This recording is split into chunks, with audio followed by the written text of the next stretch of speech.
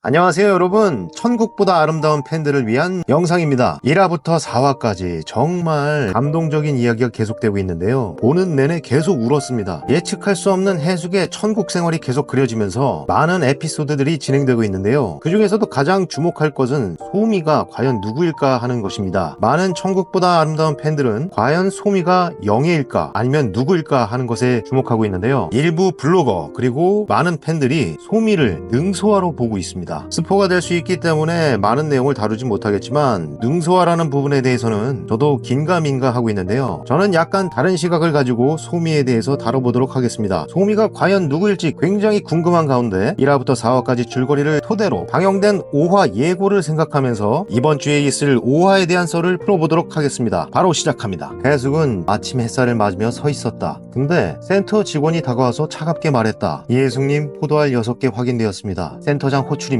해숙은 눈을 휘둥그레 뜨며 항변했다. 그럴 리 없어요. 내가 뭘 잘못했다고 하면서 나무에 걸린 포도알을 보자 6개가 된 게 아닌가. 해숙은 어젯밤 일을 떠올렸다. 어제 낙준이 귀여운 강아지 짜장을 데려왔다. 강아지 알러지로 재채기를 했지만, 여보, 이 녀석 보면은 당신이 좋아할 것 같아서 데려왔어 라고 웃었다. 해숙은 강아지를 좋아했지만 낙준의 계속되는 재채기와 소냐의 경고가 마음을 흔들었다. 소냐가 해숙에게 저 강아지 이상해, 냄새가. 소냐는 질투 어린 눈으로 짜장을 노려봤다. 하지만 소미가 짜장을 안고 사모님 진짜 귀엽죠 라고 웃자 해숙은 그래 같이 지내자 라고 결정했었다. 그날 밤 짜장이 사람으로 변신해서 소미의 방을 뒤졌고 해숙은 도둑놈이라고 외치며 쫓아냈다. 그 오해가 포도알을 들려버린 것이다. 그렇게 해숙은 어쩔 수 없이 그 직원을 따라서 센터로 향했다. 그 시각 낙준은 지상으로 편지 수거 업무를 나가 부재 중이었다. 해숙은 혼자 센터장실로 끌려갔다. 센터장은 엄숙히 말했다. 포도알 6개는 천국 자격 박탈입니다. 지옥 심사대에서 죄를 살피고 이의제기나 봉사로 복귀 가능합니다. 해숙은 억울해요, 어젯밤은 실수였어요 라고 외쳤지만 센터장은 규칙은 지켜야 합니다 라고 답했다. 같은 시각 천국 뉴스는 이에 대해서 속보를 냈다. 이해숙씨 포도알 6개로 지옥행 확정이라는 기사가 천국 뉴스에서 퍼졌다. 지상에서 편지 수거 중이던 낙준은 그 뉴스를 보고 경악했다. 그는 즉시 천국으로 돌아와 센터장에게 달려갔다. 아니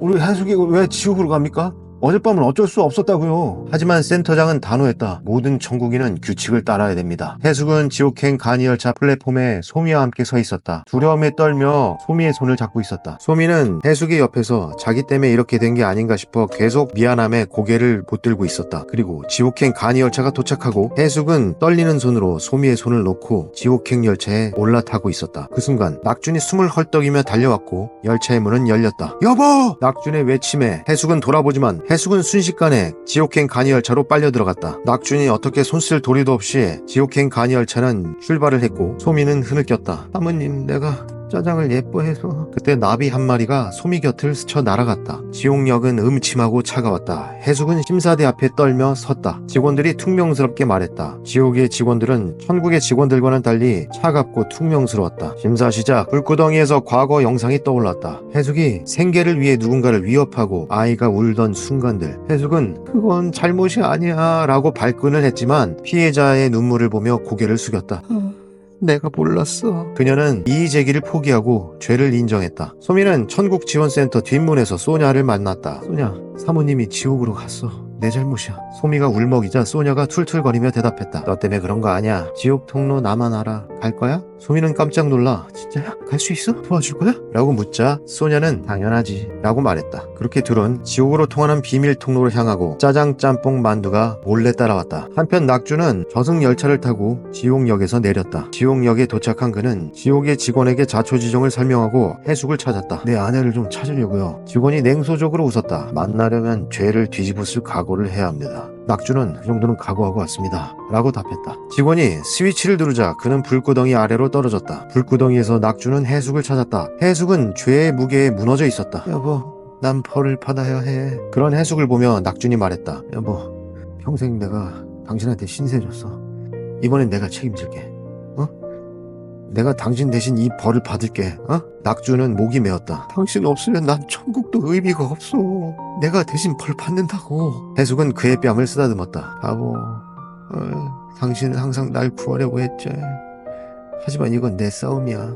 두 사람의 눈물은 불구덩이의 열기 속에서 증발했다. 낙주는 해숙을 끌어안으며 속삭였다. 같이 싸우자. 우리 둘이라면 지옥도 두렵지 않아. 해숙은 미소를 지으며 고개를 끄덕였다. 그렇게 낙준과 해숙은 지옥을 탈출하기 위해 헤매는데 저 멀리 진짜 영애가 고통스럽게 벌을 받고 있었다. 해숙과 낙준은 홀린 듯 진짜 영애에게 다가가서 말했다. 영애도 해숙을 보고 해숙에게 달려가지만 보이지 않는 벽이 그 둘을 가로막았다. 해숙은 영애에게 영애야 진짜 영애니?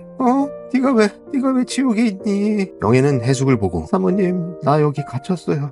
근데 기억이 잘 안 나요. 혹시 내 다른 기억이 천국에 있나요? 그렇다. 천국에 있던 소미는 영애의 또 다른 모습이었던 것이다. 이승에 있던 영애는 해숙에 대한 그리움을 못 견뎌서 차에 뛰어들었는데 다행히 목숨은 무사했으나 중환자실에 누워 사경을 헤매고 있었던 것이다. 그렇게 영애는 죽은 것도 산 것도 아닌 상태가 돼서 혼이 둘로 나뉘었던 것이다. 하지만 자신의 운명을 끝까지 살지 않고 죽음에 다다르게 하는 것은 씻을 수 없는 악행으로 규정되기 때문에 영애는 지옥으로 오게 된 것이었다. 지옥에서 제외한 해숙과 영애는 보이지 않는 벽을 사이에 두고 서로를 보며 흐느끼고 있었다. 그 순간 소미와 소녀가 해숙 앞에 나타났다. 해숙과 낙주는 이 상황이 믿어지지 않지만 소미와 소녀가 비밀 통로를 통해 여기까지 왔다는 사실을 듣게 된다. 짜장짬뽕 만두는 저 멀리서 이 모습을 지켜보고 있고 이렇게 지옥에 있던 영애와 천국에 있던 소미가 만나게 된다. 한편 지상 어두운 중환자실에서는 영애가 병상에 누워 있었다. 기계의 삐 소리만 울리고 있었다. 영애와 소미가 만나는 순간 중환자실에 누워있는 영애의 손가락이 살짝 흔들렸다. 하지만 눈은 여전히 감겨있는 상태다. 사경을 헤매는 그녀는 천국에 있던 소미와 지옥에 있는 영애 사이 속에서 사투를 벌이고 있던 것이다. 하지만 그녀의 마음은 여전히 해숙을 향해 있었다. 그때 지옥의 사신들이 나타났다. 지금 지옥의 시스템을 모두 망가뜨리려고 하는 그들을 잡으러 온 것이다. 일단 지옥에 있는 영애를 구할 수 없는 해숙과 낙주는 소미와 소녀와 함께 도망을 간다. 자, 천국보다 아름다운 5화 예측 소설입니다. 해숙의 지옥 심사, 낙준의 헌신, 소미와 영애의 충격적인 진실, 그리고 지상에 있는 혼수 상태의 영애까지 저는 이렇게 추측을 해봤고요. 과연 이번 주에 방송될 5화는 어떠한 감동적인 반전이 그려질지 너무너무 궁금한데요. 본방사수 꼭 잊지 마시고요. 다음 영상에서 만나겠습니다.